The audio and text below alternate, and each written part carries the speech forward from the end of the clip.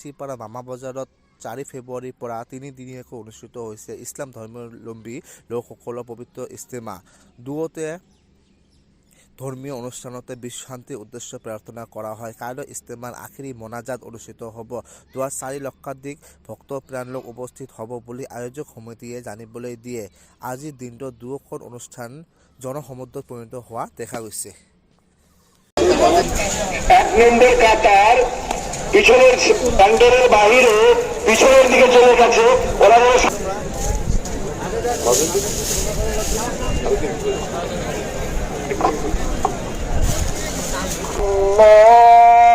আল্লাহু আকবাৰ।